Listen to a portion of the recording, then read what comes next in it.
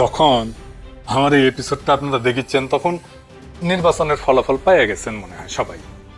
BNP যা predict করেছিল তাই সম্ভবত পাইছে 200-র বেশি সিট, কোথায় যেন দেখলাম 208টা।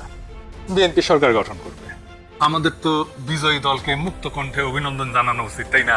কিন্তু জানাইতে পারতেছি না মুক্ত কণ্ঠে। অভিনন্দন জানাই, অভিনন্দন জানাবো, কিন্তু মুক্ত কণ্ঠে জানাইতে পারতেছি না, কারণ আজকে আপনারা জিতছেন কিন্তু ইতিহাস অন্যদিকে হাঁটতেছে। কিছু বিষয়ের কারণে এই ভোটের গায়ে এমন ভাবে কালি লেগে গেছে যেটা খুবই খারাপ একটা কাজ হয়েছে। খারাপ কাজটা কি সেটা আমরা আস্তে আস্তে আলাপ করব। এটার দরকার ছিল না এইভাবে কারচুপি করার। ভোটটা সুষ্ঠু হয়েছে কিন্তু রেজাল্ট সুষ্ঠু হয়নি। 10:30 পর্যন্ত রেজাল্ট আসতেছে মোটামুটি 2 জোট পাশাপাশি আগাইতেছে, 3-4টা সিটের গ্যাপ, কখনো এই জোট একবার আগে, কখনো আরেক জোট একবার আগে, তারপরে সব বন্ধ বেশ কিছুক্ষণ, ঘন্টা 2-1, তারপরে তত্তর করে বিএনপি আগে যেতেছে। আর জামাত জোট মনে হয় ঢাকার জ্যামে আটকেছে, আর নড়ে না, নড়ার চড়ার কোনো নাম নাই, ওইখানেই থাকলো। 40 থেকে বিএনপি 208 হইলো। আচ্ছা বলেন তো, কখনো এভাবে ডেটা ফাংশন করে? ভোটের সব তো ডেটা, অঙ্ক, এটাকে এইভাবে ফাংশন করে? মানে এটা বিজ্ঞানের কথা, ব্রেনটের কথা আর কি, এডুকেশনের কথা। এগুলো তো র্যান্ডম নাম্বার। যেভাবে ভোটের রেজাল্ট ঘোষণা করা হয়েছে এর কোনো প্যাটার্ন মানে নাই। আপনি এই ডেটা যে কোনো ম্যাথমেটিক্যাল স্ট্যাটিস্টিক্যাল মডেলে ফেলেন, তারপরে দেখবেন এটা ম্যানিপুলেশন হয়েছে। একদম সেই অঙ্কে কষে এটা বুঝে দেওয়া হবে। আমি বুঝাই বলি একটা, ধরেন এটা 300 সিট, তাই না? 2 জোটের সাপোর্ট মোটামুটি কাছাকাছি। র্যান্ডম অর্ডারে ফুড ডিক্লারেশনের যে ধারা একটার পর একটা আসতেছে, এইটা যদি আমি সাইমুলেশন করি, বারবার করে দেখি, ধরেন 1 লাখ বার করি, করে দেখবো যে কয়বার এরকম প্যাটার্ন আসে। প্যাটার্নটা কিরকম? যে 10:30 পর্যন্ত নেক টু নেক ফাইট চলতেছে, তারপরে টোটাল ফ্রিজ একদিকে, আর একদিকে ম্যাসিভ অ্যাক্সেলারেশন, দাম করে উঠে গেছে উপরে। এটা সম্ভাব্যতা কত? এটা সম্ভাব্যতা যদি 0-এর কাছাকাছি হয় তাইলে এটা কারচুপি।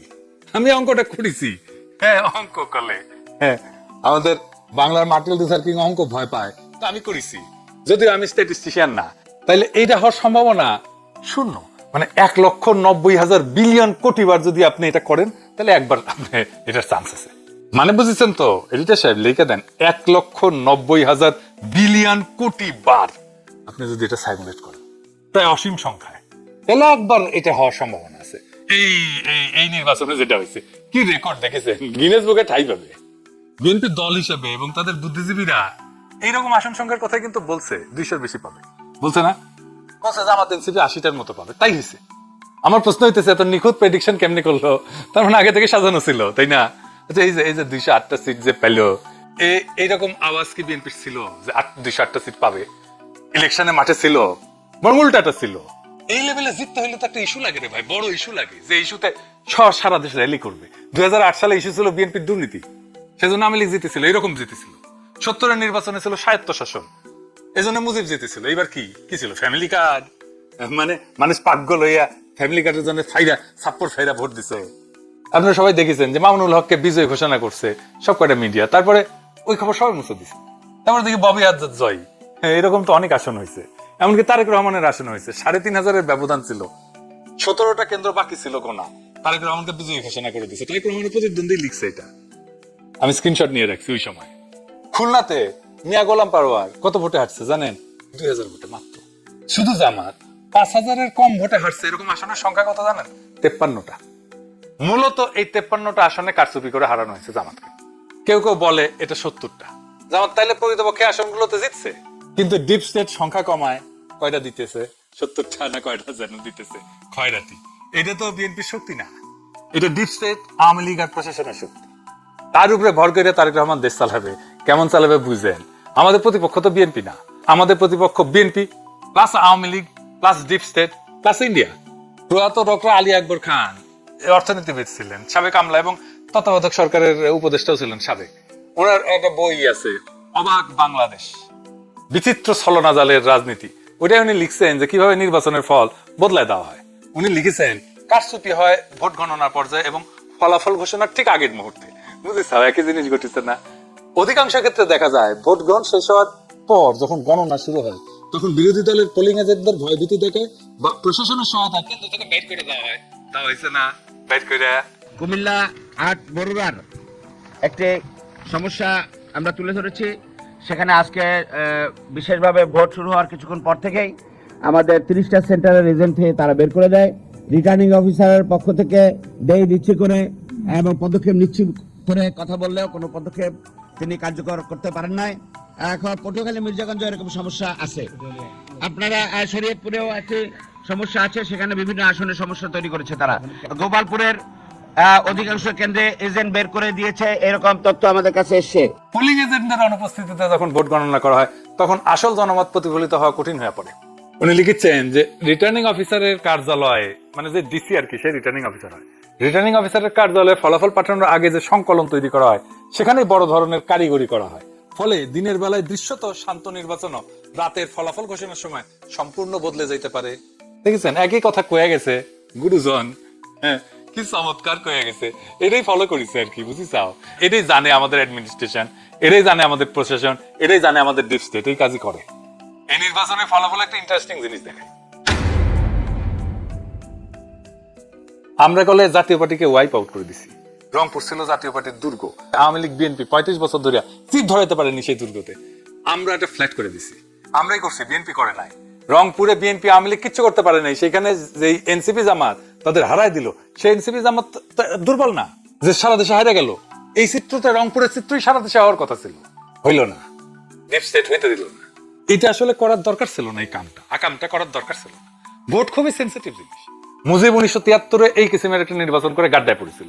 হাসিনা নির্বাচন না দিয়া এরকম কিসিমের নির্বাচন করে গাড্ডায় পড়েছিল। কাশ্মীর একটা নির্বাচনের ফল মানে নাই, এই জন্য অগ্নিগর্ভ হয়ে আছে কাশ্মীর না কতদিন থেকে। কি অবস্থা এখানে, এখনো শান্ত হয় নাই। আবারও বাংলাদেশে এই কাজ করা লাগলো। এ তো লজ্জা হয়ে থাকবে, শুধু লজ্জা না, একটা বিপদ হয়ে থাকবে। এই কালি গা থেকে যাবে না বিএনপির। এবং যারা ইঞ্জিনিয়ারিং করছে, যারা, তাদের এটা কাফারা দিতে হবে। এই জন্যে যে জামাত এনসিপি তো কম ভোট পায় নাই। হিসাব করে দেখেন পার্সেন্টেজে এই লোকগুলোর উপেক্ষা করবেন কিভাবে। আপনি জিতলে অসুবিধা নাই, যেতেন, ভোট নিয়ে যেতেন।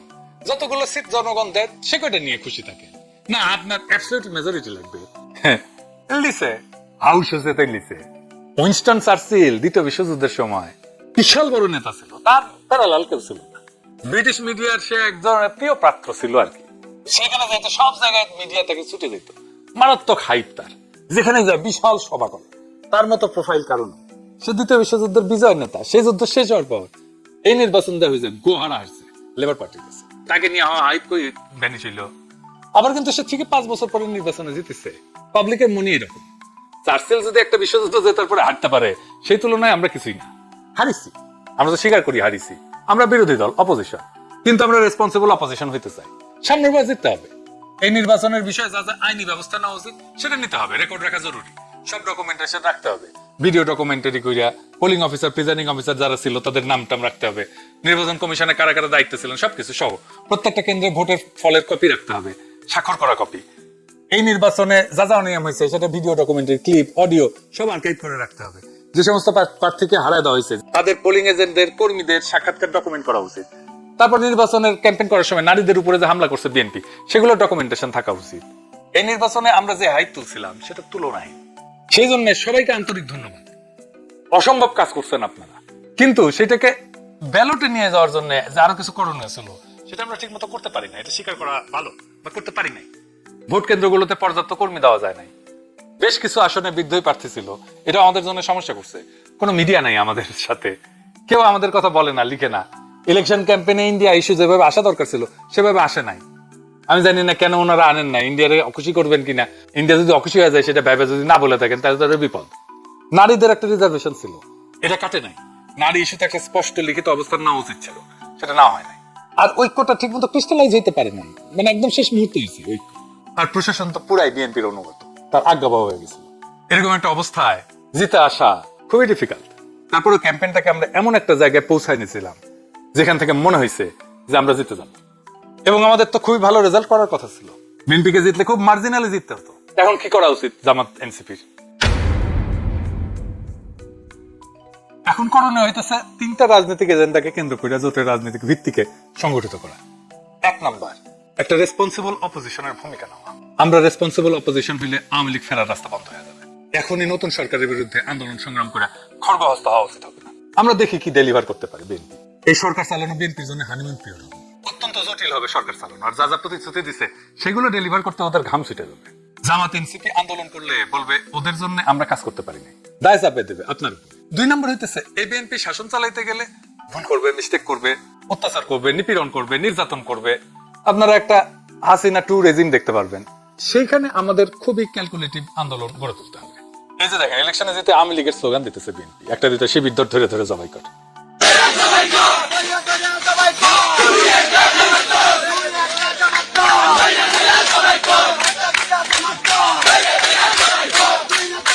বিজয়ের উল্লাস চলতেছে দুবাই স্কুল।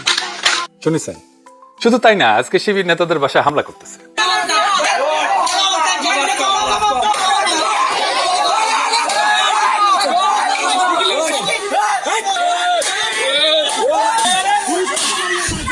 বিএনপির সন্ত্রাস,